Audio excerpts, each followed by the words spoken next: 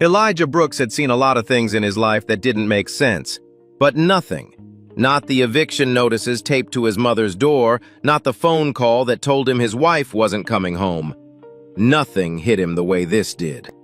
It was 1:47 a.m. He had just carried Maya through the front door, her small body limp with fever against his chest, her breath finally steady after 4 hours in the emergency room. He was exhausted in the specific way that single fathers get exhausted, not just in the body, but somewhere deeper, in the part of him that never fully switched off. He set Maya down, pulled off his coat, and turned toward the hallway. And stopped. A woman was on her knees at the base of the staircase, scrubbing the floor in slow, careful circles. Her uniform hung loose around her frame, but nothing could hide the heavy curve of her belly, or the way she moved with the careful deliberateness of someone in the final weeks of pregnancy.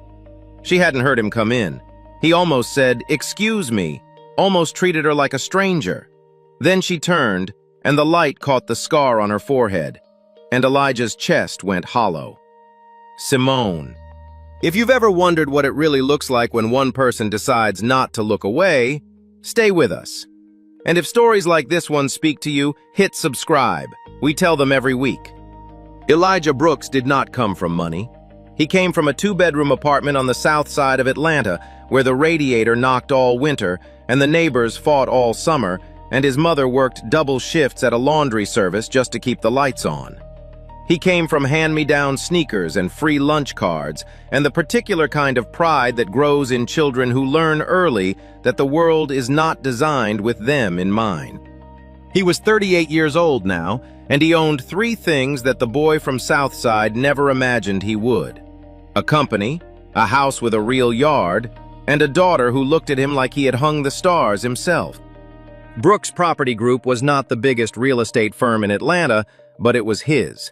Built from the ground up over 15 years of 7-day weeks and calculated risks and one painful lesson after another about who to trust and who to read the fine print around. He specialized in residential development and high-end property management, which meant he spent his days in boardrooms and construction sites and long phone calls with investors, and his evenings helping Maya with her homework at the kitchen island while dinner cooled on the stove. Maya was 8 years old and deeply serious about things that mattered to her. Her science projects, her library books, the correct way to fold a blanket. She had her mother's eyes, dark and direct, the kind that made people feel seen whether they wanted to be or not. She had lost her mother at 5, which was young enough that the grief had grown into her bones the way childhood injuries do, quiet and structural. She didn't talk about it often. When she did, it was always with a precision that caught Elijah off guard, the way she had one evening at dinner. "I don't really miss her face anymore. I just miss having someone who already knew things about me." He hadn't known what to say to that. He still didn't. What Elijah knew how to do was control the variables. He could not control the fact that his wife was gone, but he could control the school Maya attended, the neighborhood they lived in, the security system on the house, the quality of the food in the refrigerator. He had built a life that looked from the outside like success. From the inside, it looked like a man running a very organized operation to keep grief at a manageable distance. He was good at it. He was not sure that was a compliment. Simone Lawson had also come from Southside. That was the whole story once.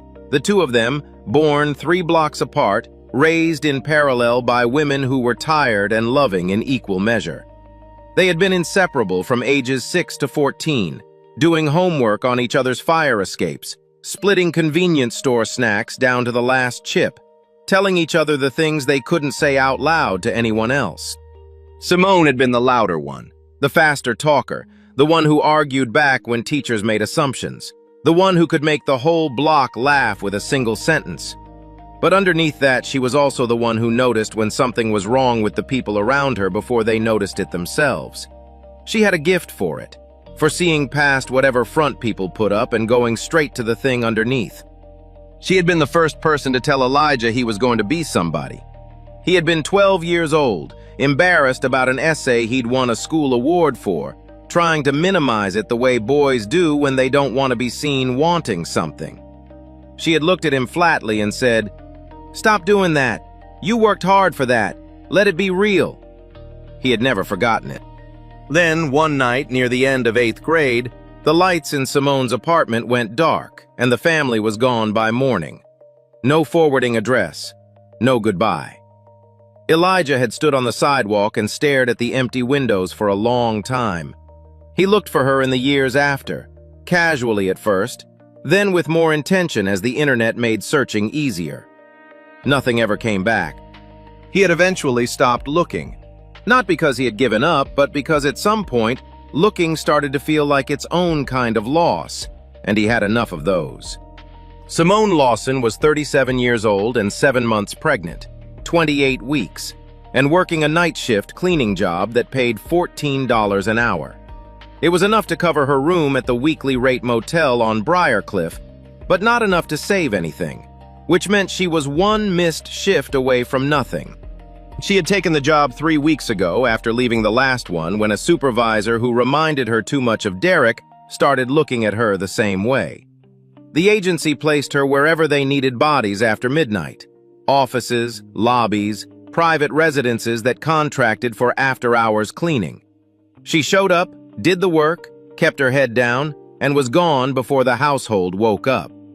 This was how she had been moving through the world for the past 8 months, carefully, quietly, taking up as little space as possible. It was not who she had been, she knew that. But survival had a way of reorganizing your priorities with brutal efficiency, and who she had been belonged to a version of her life she was no longer living. Her daughter was due in 12 weeks. Simone had not let herself think too far past that. Not because she didn't want to, but because the future felt like a room she wasn't sure she was allowed to walk into yet. Derek Voss had not hit her often. That was the thing that made it hard to explain, and the thing he counted on. What Derek did was more precise than hitting. He managed her schedule, her friendships, her version of events, her sense of what was reasonable. He was the kind of man who could make you feel irrational for being upset and grateful for the apology in the same conversation. He wore good suits and used words like perspective and overreacting and "I'm just worried about you."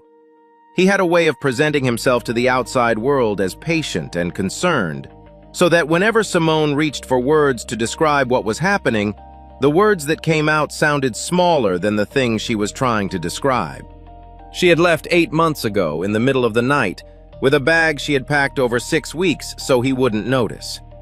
She had not told anyone where she was going. That was the only way it worked. She had not expected it to lead her here, on her knees on a marble floor at 2 in the morning in the house of a man she hadn't seen in 23 years. She had not expected the man to be Elijah. She heard him a half-second before she turned, the shift of weight on the hardwood, the quiet that changed texture when someone was standing in it. Her whole body went tight the way it always did when she was caught off guard, the automatic brace of a woman who had spent years learning to read a room by its sounds. She stood up too fast and reached for her cart, already forming the apology in her mouth. "I'm sorry, I didn't realize anyone was still up. I'll come back tomorrow." The words she had learned to keep ready, smooth and immediate, requiring nothing from the other person except for them to let her disappear. She turned around and looked at him. He was tall. She registered that first. Taller than she expected, though she hadn't been expecting anyone. He was still wearing his coat, keys in one hand, and he was looking at her with an expression she couldn't immediately name. Not anger, not the flat inconvenience of a homeowner who wanted her gone. Something else. Something that looked almost like being struck. She didn't recognize him, not at first. "I'm so sorry," she said. "The agency had me scheduled for tonight. I can come back, it's not a problem." Simone. Her name in his mouth stopped her completely. She looked at him again, looked past the coat and the tiredness and the 15-year remove of adulthood, and went looking for something older. The jaw, the way he held himself, slightly guarded, like he'd learned a long time ago to take up exactly as much space as he needed and not 1 inch more. Her throat closed. "Eli," she said. It came out barely above a whisper. Neither of them moved for a moment. The house was quiet around them, the particular 2 a.m. quiet of a place that had been sleeping before they interrupted it. Somewhere upstairs, a small sound shifted and then settled, and Elijah's eyes went briefly to the ceiling before coming back to her. "How long have you been working for this company?" he asked. His voice was careful. She recognized that too, the way he used to get careful when something was happening that he needed to think through before he reacted. 3 weeks, she said. He nodded slowly, like he was cataloging something. His eyes moved to her stomach, not in a way that felt intrusive, but the way a person looks when they are taking in the full picture of a situation they weren't prepared for. "Are you—" he started. "I'm fine," she said immediately, the automatic response. She watched something move across his face at the speed of it. Recognition, maybe, or something close to it. "I wasn't going to ask if you were fine," he said quietly. She didn't have an answer for that. She started reaching for her card again. The instinct to move, to exit, to remove herself from a situation before it could become something she had to navigate. It was so deep in her by now that it operated almost without her permission. "Simone." His voice stopped her again. Not sharp, not demanding, just present. Like he was determined to stay in the room with her, whatever she did. "The scar on your forehead." Her hand went up before she could stop it. Old reflex. She dropped it. "Old," she said. He said nothing.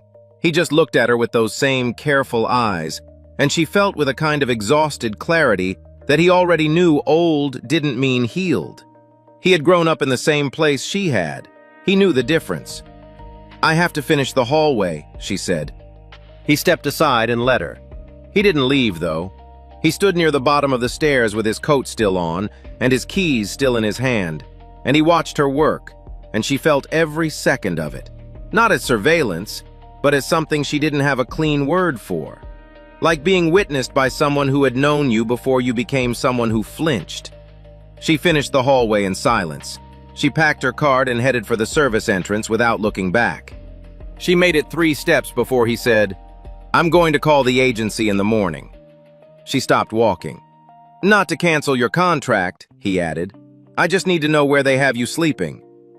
She didn't answer.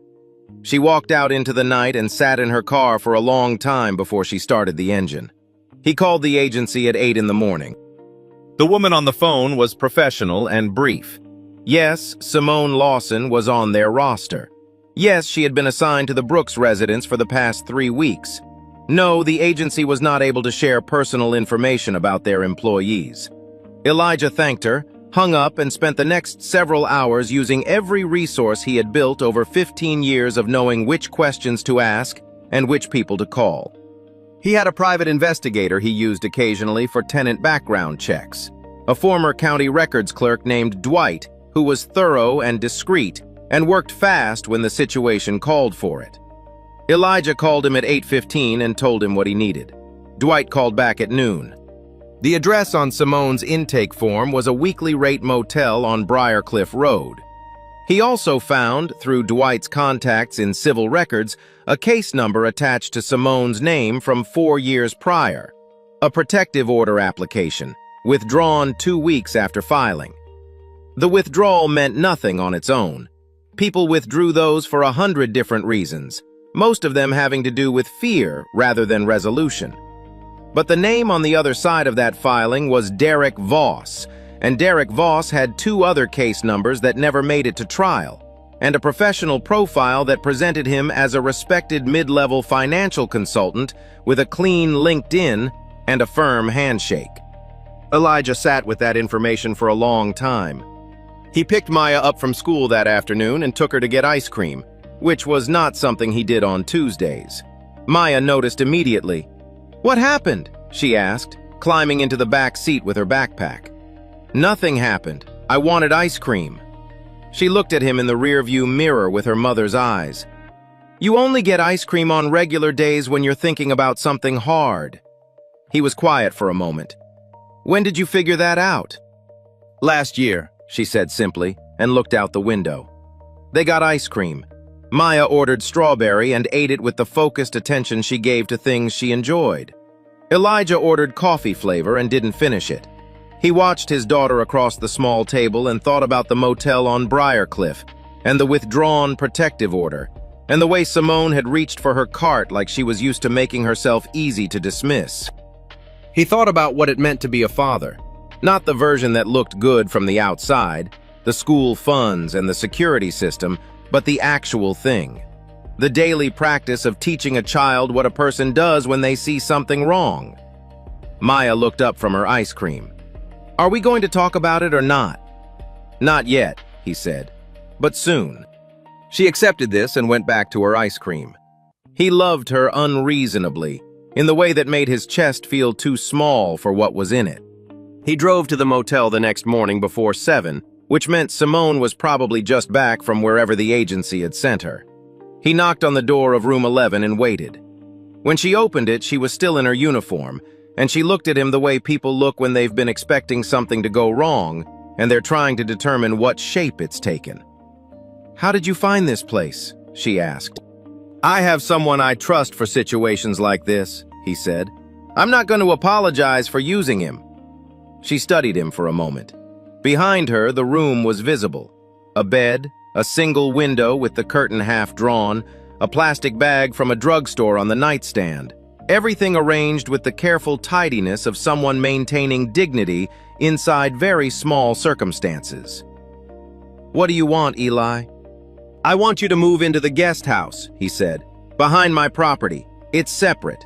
Your own space, your own entrance, your own key. No one has to know anything you don't want them to know." She looked at him for a long time. "And what do you want in return?" "Nothing," he said. "People always want something." "Then call it selfish," he said. "I can't drive away from this parking lot knowing you're sleeping here. So if it makes it easier, blame it on me." Something shifted in her expression. Not softness exactly, more like a crack in the surface of something that had been held very tight for a very long time. She didn't say yes that morning, but she didn't say no either. And for Elijah, after everything he'd read in Dwight's report, not no felt like the most important thing she'd given him in 23 years. She moved in on a Thursday with one duffel bag and a reusable grocery tote that held everything else she owned. Elijah had the guest house cleaned and stocked. Basic groceries, towels, a lamp that actually worked, and then made himself scarce, because he understood instinctively that showing up to watch someone settle in was not the same as giving them space to do it. Simone stood in the middle of the small living room for a long time after he left. It was clean and quiet and warm, and the lock on the door was a deadbolt that she controlled. And those things should have been simple, but they weren't. She had been moving through the world in survival mode for so long that comfort had started to feel like a trap, something offered with one hand while the other hand waited. She checked the lock twice. Then she sat down on the edge of the bed and put her hands on her stomach and felt Jade move, slow and definitive, like a reminder that there was still something ahead of her worth navigating toward. She did not let herself cry. She had made a rule about that months ago, and she intended to keep it. Maya found out about Simone the way children find out about things in houses where adults are being careful, by paying attention. She came home from school on Friday, walked through the backyard to retrieve a ball she'd left near the fence, and saw the light on in the guest house. She stood at the kitchen door that evening and said without preamble, "Someone's living in the back house." Elijah looked up from the cutting board. "Yes." "Who?" "A friend of mine. From a long time ago. She needed somewhere safe to stay for a while." Maya processed this with the deliberate patience of someone who had learned that first reactions were not always the most accurate ones. "Is she going to be here for a long time?" "I don't know yet." "Does she know about Mom?" The question landed quietly, the way Maya's harder questions always did. Not thrown, just set down in front of him. "Not yet," Elijah said. "You can tell her yourself if you want, when you're ready." Maya said nothing else that evening, but Elijah caught her twice, glancing toward the backyard through the kitchen window. The first real contact happened 4 days after Simone moved in, and it happened by accident. Simone woke at 5:30 out of habit, made herself tea, and sat at the small table by the guest house window to watch the yard go from dark to gray to pale morning light. It was the part of the day she had claimed for herself. No agency dispatcher, no clock, no one else's version of what the morning should look like. She had spent those first days in the guest house in a careful stillness, grateful for the space but not yet sure what to do with it. The lock she could control. The quiet was harder. It had been so long since quiet meant safety rather than the pause before something. She didn't hear Maya until the girl was already at the guest house door, still in her pajamas, holding a library book and looking faintly embarrassed. "I left this out here by accident last week," Maya said, holding up the book. "I didn't know anyone was going to be living here." "It's okay," Simone said. "Do you want to come in for a minute? It's cold." Maya considered this with visible seriousness, then stepped inside. She stood near the door and looked around the room with the frank assessment of a child who has not yet learned to pretend she isn't looking. "You're having a baby," Maya said. "I am." "When?" "About 12 weeks." Maya looked at Simone's stomach with an expression that was somewhere between scientific curiosity and something more careful. "My mom died," she said. Not cruelly, just factually, the way she had decided this was relevant information to exchange. "When I was 5. Simone felt the sentence land in her chest. "I know," she said quietly. "Your dad told me." Maya nodded like this was acceptable. She looked down at the book in her hands, then back up. "Does it hurt, being pregnant?" "Sometimes. Mostly it just feels like someone's running out of room." Maya almost smiled at that. She tucked the book under her arm and moved toward the door. "Okay," she said with the tone of someone who had gathered the information they came for. "Bye." "Bye," Simone said. She watched the girl cross the yard in her pajamas and disappear into the back door of the main house, and felt something loosen, very slightly, in the place where she had been holding herself rigid for months. Elijah watched the distance between Simone and Maya close in small increments over the following days, and felt the particular helplessness of a man who understood the problem clearly and had no clean solution to offer. He wanted to help Simone. That was simple. The complexity was everything attached to it. The fact that his feelings for her were not historical, not neatly filed under childhood friend, but present and inconvenient and growing. The fact that Maya was watching him the way she always watched him when something was changing, cataloging what he did and storing it away as data about how adults were supposed to behave. He could not be careless with either of them, and he was beginning to understand that being careful with both at the same time was going to require more from him than money or resources or competence. It was going to require him to actually let people in. He was not sure he still knew how. It started with breakfast. Simone had always cooked when she was anxious. Not elaborate things, just the straightforward comfort of doing something with her hands that produced a clear result. After 2 weeks in the guest house, once the locked door vigilance had settled into something more like wary routine, she began making eggs and toast at 6 in the morning because it was something to do that wasn't thinking. One morning she made too much without meaning to and knocked on the main house door before she had time to talk herself out of it. Elijah answered in a t-shirt and the expression of a man who had been awake for an hour already. She held up the plate.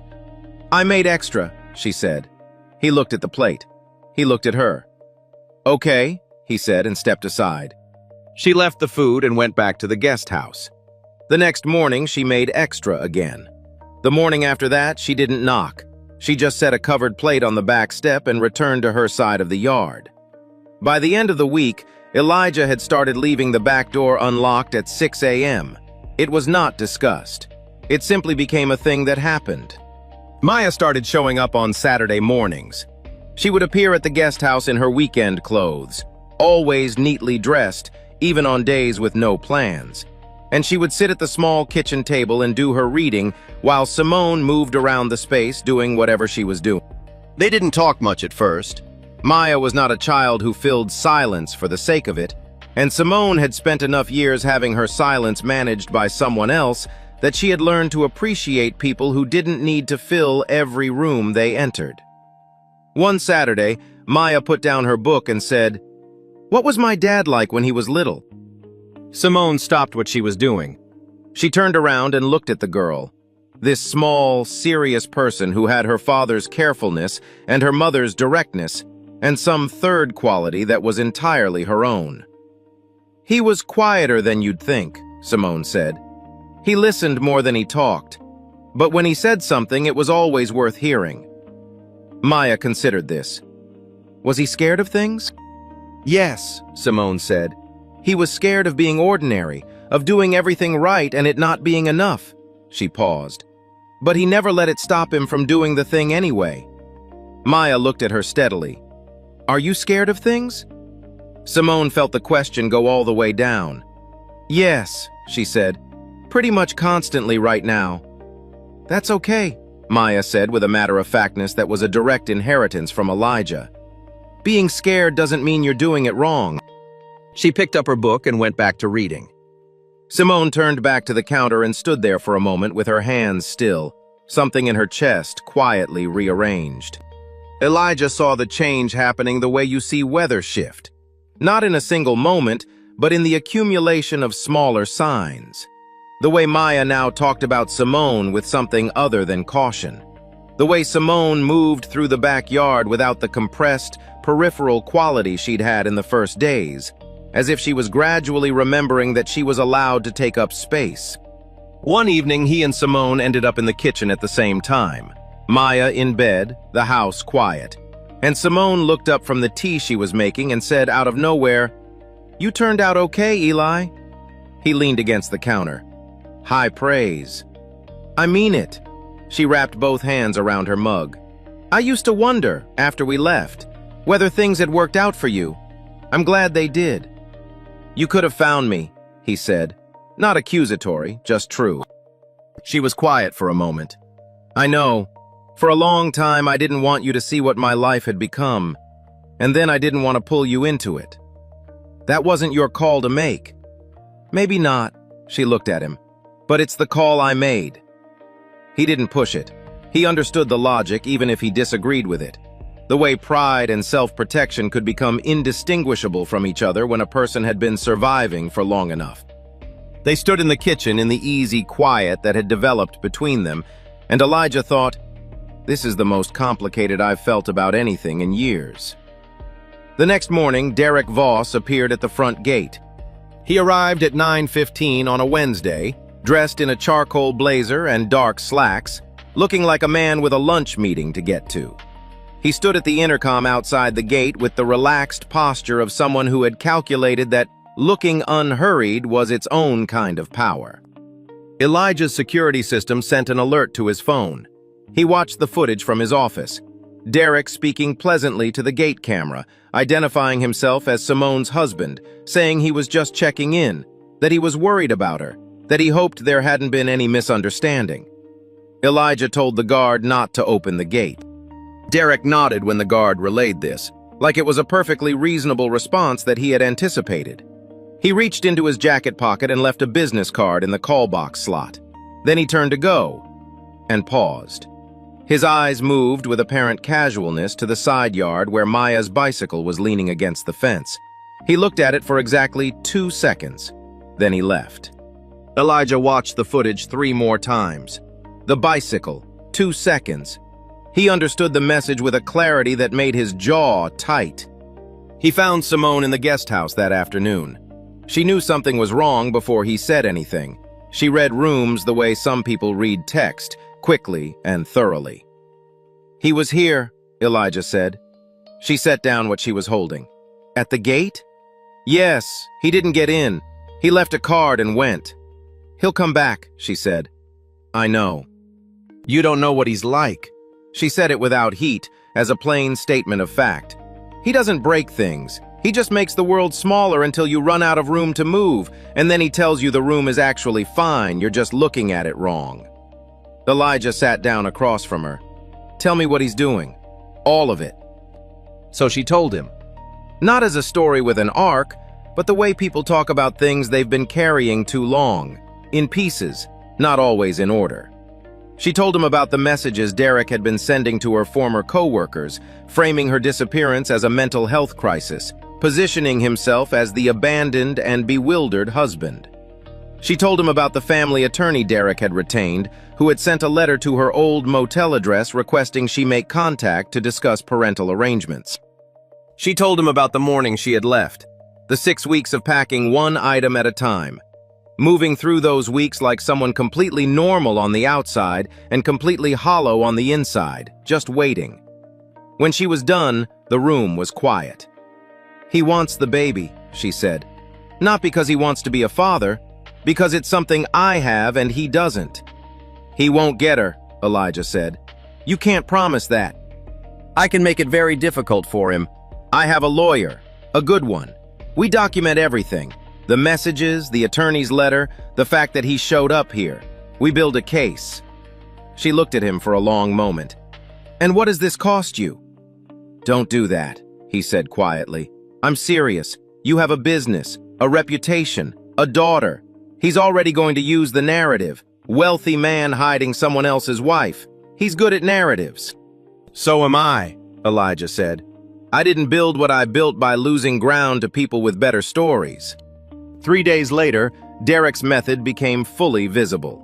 A brief item appeared on a local news blog, the kind that trafficked in real estate gossip, noting that a prominent Atlanta property developer had an unusual household situation, sources close to the matter suggesting it involved a woman who had left her husband. Nothing defamatory, nothing technically false, just enough to be inconvenient and to signal that Derek was not finished. That same evening, Maya's teacher called Elijah. A man had been near the school pickup area that afternoon, had not entered, had not approached Maya, had simply been present near the fence for a few minutes before leaving. The teacher noticed because he didn't match any parent she recognized. Elijah picked Maya up himself every day after that. Maya did not ask why. She accepted the change with the quiet adaptability she brought to most things, though that night at dinner she looked at her father carefully and said, "Is Simone in trouble?" "We're working on it," Elijah said. "Is she scared?" "Yes," he said, because Maya was not a child who benefited from being managed, but she's not alone. Maya turned this over. "Good," she said finally and picked up her fork. The rain started around midnight. Atlanta got storms that meant it, the kind that came in off the Gulf with serious intent, turning streets into shallow rivers and knocking out power in the older neighborhoods within the first hour. Elijah had checked the forecast before bed and upgraded the security rotation, adding a second guard to cover the exterior perimeter while the first monitored the interior cameras. He had also moved Maya's bedtime routine to his end of the house, farther from the back windows. He was still awake at 12:40 when his phone buzzed with an interior camera alert. He pulled up the footage. The backyard was dark except for the security lights, rain moving sideways through their beams. The alert had been triggered by the motion sensor on the pathway between the main house and the guest house. But the live feed showed nothing. No figure. No movement. He pulled on a sweatshirt and went downstairs. He crossed the yard and checked the guest house door. Locked, lights off, Simone asleep. He walked the perimeter, checked the side gate. The exterior guard confirmed nothing had come through the main entrance. Everything looked clean. He was almost back to the main house when the interior guard's voice came through the radio. Movement detected on the east side camera, timestamp 12:22, 18 minutes before Elijah had even been alerted. The guard had flagged it late because the figure had appeared briefly and the image was degraded by the heavy rain. They pulled the footage together. A figure, dark clothing, hood up, face down and away from every camera angle, had entered through the utility easement on the east wall, a narrow maintenance corridor between Elijah's property and the adjacent lot. It was the one access point that sat in a dead zone between two camera fields, a gap Elijah had flagged to his security firm 3 weeks ago and had been waiting on a contractor to close. The figure had moved through the yard in under 4 minutes, placed something on the back step of the main house, and exited the same way. On the step outside the back door, placed there in that 4-minute window, was a small stuffed rabbit, pale yellow with one ear slightly bent. It belonged to Maya.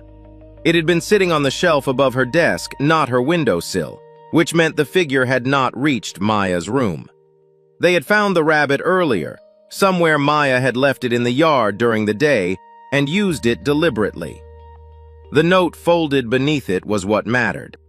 The handwriting was even and unhurried, the penmanship of a man who wanted you to understand he had been calm when he wrote it. I know which room she sleeps in. You might want to fix that gap in your east wall. Elijah stood in the kitchen and looked at the note for a long time. The feeling that moved through him was not panic. It was something colder. The recognition that the thing he had built his safety on had a limitation he hadn't fully closed. He had the cameras. He had the guards. He had the lawyers. And Derek Voss had found the one gap and walked through it in the dark to make sure Elijah understood exactly that. He went upstairs to Maya's room. She was asleep. He stood over her bed for a moment, the stuffed rabbit in his hand, watching her breathe. He stayed there longer than he needed to. He woke Simone at 2 in the morning. He knocked softly, and when she opened the door, she took one look at his face and stepped aside without asking. He told her what he'd found. She sat at the small kitchen table and listened without interrupting. When he finished, she was quiet, and then she said, "I'm leaving." "No." "Eli." "No," he said steadily. "Running is not the answer. I know it has been the answer. I understand why. But if you leave now, he wins the thing he's actually trying to win, which is not you. It's the ability to make you disappear on demand." She pressed her hands flat on the table. "He got inside the perimeter. He knows this house." "I know, and I'm having that gap closed at first light. If something happened to Maya because of me, nothing happened to her. This time." Her voice cracked on the last word, the first time he had heard it do that. She recovered herself with visible effort. "I cannot be the reason something happens to that little girl. I cannot carry that." He sat down across from her. Outside, the rain was still loud against the windows. "I hear you," he said, "and I'm asking you to stay anyway, because leaving doesn't make Maya safer. It just removes you from the equation and gives Derek exactly the isolation he needs to do the next thing." She looked at him with the exhausted clarity of someone who understood the logic and hated it. Then she said quietly, "I used to think I just needed to get far enough away." She looked down at her hands. "I didn't think far enough ahead." "You got yourself and Jade out," Elijah said. "That was the most important thing. Everything else is figurable." He was halfway back across the yard when he heard the guest house door open behind him. Simone's voice, tight and different in quality. "Eli!" He turned around. She was standing in the doorway with one hand on the frame and the other across her stomach, and her face had the specific look of someone whose body had just made a decision for them. "Something's wrong," she said. "It's too early. It's not supposed to." "I'm calling 911, he said, already moving back toward her. "The roads," she said, "with the flooding." He got to her in 4 steps and took her weight as her knees buckled. The dispatcher answered on the second ring. Outside, the rain did not stop. The dispatcher's name was Carol, and she had a voice like someone who had talked people through impossible things before and intended to do it again. "Sir, I need you to stay on the line with me. Units are being rerouted. Significant flooding on 2 main corridors, but we have an ambulance en route. Estimated arrival is 30 to 40 minutes. I need you to help me help her. Can you do that?" "Yes," Elijah said. He could do that. He got Simone onto the guest house bed and grabbed every clean towel he could find, while Carol walked him through what to assess and what to prepare. His hands were steady. He had discovered in the years since his wife died that he was capable of being very calm in the middle of the worst things, that something in him went quiet and functional when the situation required it, and fell apart only afterward, in private. He was counting on that now. Simone was breathing through contractions with her eyes fixed on the ceiling, and between them she was talking. Not to him, not really, just talking. the way people do when they need something coming out of their mouth to keep fear at a distance. "She's too early," Simone said. "She's got 12 more weeks." "We're at 33 weeks now," Elijah said, because he had been counting since the night she told him the due date. "Babies born at 33 weeks do well, frequently." "You looked that up?" "I looked up a lot of things when you moved in." She almost laughed. It came out as something shorter, intercepted by a contraction, but it was in the family of a laugh. Maya appeared in the guest house doorway at some point that Elijah couldn't precisely timestamp. He looked up and his daughter was standing there in her pajamas, taking in the scene with wide eyes that were frightened, but not running. "Go back inside, Bug," he said. "No," Maya said. It was said without attitude, just as a statement of where she intended to be. She walked into the room and sat down in the chair in the corner and looked at Simone. "You're going to be okay," Maya said. "I know you are." Simone turned her head and looked at the girl. Something moved through her expression that wasn't pain, or not only pain. "Yeah?" she managed. "Yes," Maya said with the complete certainty of someone who has decided that certainty is what the room requires. She reached out and took Simone's hand, and she held it, and she stayed. Elijah looked at his daughter for one moment and felt something break open in his chest that he didn't have a name for. Then Carol's voice came through the phone, and he turned back to what needed doing. Jade arrived 41 minutes before the ambulance did. She arrived fast and loud and entirely on her own schedule, which Elijah would later think was probably an accurate preview of her personality. He caught her with hands that were shaking for the first time all night, and Carol talked him through the next 2 minutes with the calm authority of someone who had done this before and was not going to let it go wrong. Jade cried immediately, strong and clear and furious, the way very small people cry when they have been through something significant and want everyone in the vicinity to be aware of it. The sound undid the room. Simone made a noise that was not a word, something that came from underneath language, from the place where relief and love and exhaustion and survival all exist at the same time without separating into distinct feelings. She reached for the baby with both arms, and Elijah placed Jade carefully against her chest and stepped back. Maya had not moved from the chair. She was crying silently, the tears running down her face without any of the accompanying dramatics, the way children cry when they are feeling something too large for expression. She was still holding Simone's hand. "She's so small," Maya whispered. "She's perfect," Simone said. Her voice was wrecked and certain. Elijah stood at the foot of the bed and looked at the three of them and felt the specific weight of a moment that he understood, even inside it, was one of the ones that would stay. "What's her name?" Maya asked. Simone looked down at the baby, then up at Maya. "I had a name picked, but I want to hear if you have one first." Maya thought about this with the seriousness she brought to important questions. "Jade," she said, "because it's strong, and it lasts." Simone held her daughter and looked at the girl sitting beside her. "Jade," she said. "Yes." The ambulance arrived 31 minutes later. Simone was transported to Grady with Jade, small but breathing well, vitals in the range that made the paramedic visibly relax his shoulders. Elijah followed in his car with Maya in the back seat, wrapped in a blanket, already half asleep against the window. Before she went fully under, she said, muffled and slow, "Dad." "Yeah." "We did okay." He kept his eyes on the road. The rain had started to ease, the city reassembling itself after the storm, slowly, with evidence of what had passed still visible in the gutters and standing water at intersections. "We did okay," he agreed. Derek Voss made his final mistake 4 days after Jade was born.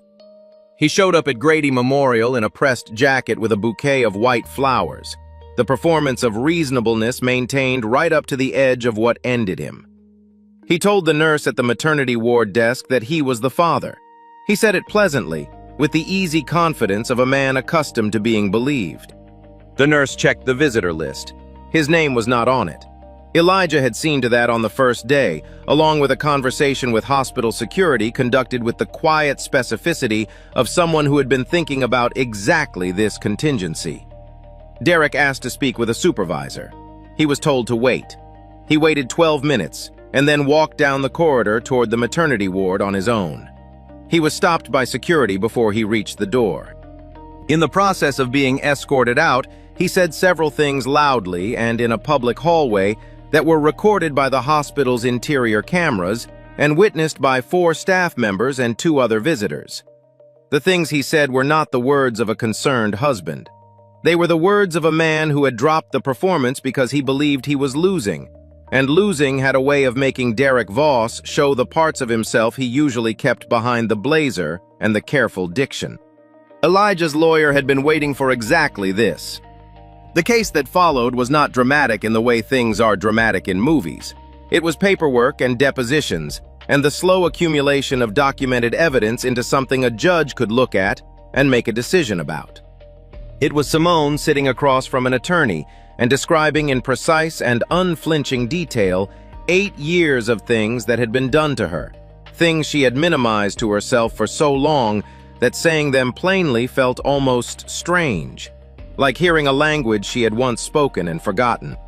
It was the journal she had kept for 3 years, not because she had planned to use it legally, but because writing things down had been the only way to maintain her grip on what was real when Derek's version of reality was the one with all the oxygen in the room.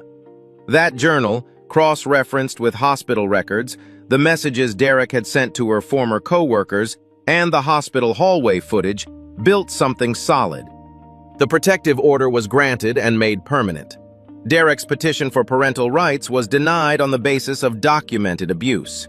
His lawyer withdrew from the case 2 weeks later, which told Elijah everything he needed to know about how that lawyer assessed Derek's remaining leverage. Derek did not go to prison. That was the thing Simone had to make peace with, that the system had done what it could, which was not the same as what justice looked like in her head. But he was gone from her life with the kind of legal finality that made him very small. And she found unexpectedly that small was enough. Small meant Jade would grow up without him shaping the air she breathed. That was enough. 3 months later, on a Saturday morning in January, Elijah stood at the kitchen doorway and did not go in. He stood there because the scene in front of him was one of those things you don't want to interrupt. Not because it's fragile, but because it's complete. And walking into something complete changes it. And sometimes the right thing is to stay at the edge and let it be what it is. Simone was at the stove with Jade in the wrap carrier against her chest, one hand stirring something, the other keeping a light pressure on the baby's back. The automatic dual tracking of a woman who had discovered in 3 months that she was better at this than she'd feared. She had her hair up and she was wearing one of Elijah's old sweatshirts because the mornings had turned cold, and he had given it to her without making it a thing, and she had taken it without making it a thing, and it had become the kind of ordinary that neither of them examined too closely. Maya was at the kitchen island with a book open beside her plate, reading aloud to Jade in the unhurried way she had developed over the past weeks. Not performing, not baby talking, just reading whatever she was already reading as if Jade were a regular audience member who happened to be very small. Jade, for her part, seemed to find this arrangement acceptable. She was awake and alert in the carrier, dark eyes tracking her world with the focused attention of someone cataloging everything. Simone said something over her shoulder to Maya that Elijah couldn't hear, and Maya laughed. A real laugh, the uncomplicated kind that she didn't produce often, and the sound of it moved through the kitchen and reached him at the doorway and landed somewhere in his chest that had been empty for a long time. He thought about the night in the hallway, the woman on her knees at the base of his staircase, 7 months pregnant, scrubbing the floor at 2 in the morning with her head down and her whole body angled toward invisible. He had almost said, "Excuse me." He had almost let her disappear again. He thought about what Simone had said to him in the hospital the night after Jade was born. Quiet and direct, the way she had always been when she meant something. "I didn't need you to save me. I needed you to stand next to me. There's a difference." He had thought about that sentence every day since. Because here is the thing about that sentence, and maybe it's the thing this whole story is really about. Most of us, when we want to help someone we love, reach for control. We try to fix the problem, manage the situation, build the system that keeps the bad thing out. And sometimes that matters. Sometimes the lawyer and the locked gate and the camera footage are exactly what's needed. But the thing that actually changed everything, for Elijah, for Simone, for Maya, wasn't the resources. It was the decision to stay in the room, to not look away, to say, "I see you, and I'm not going anywhere."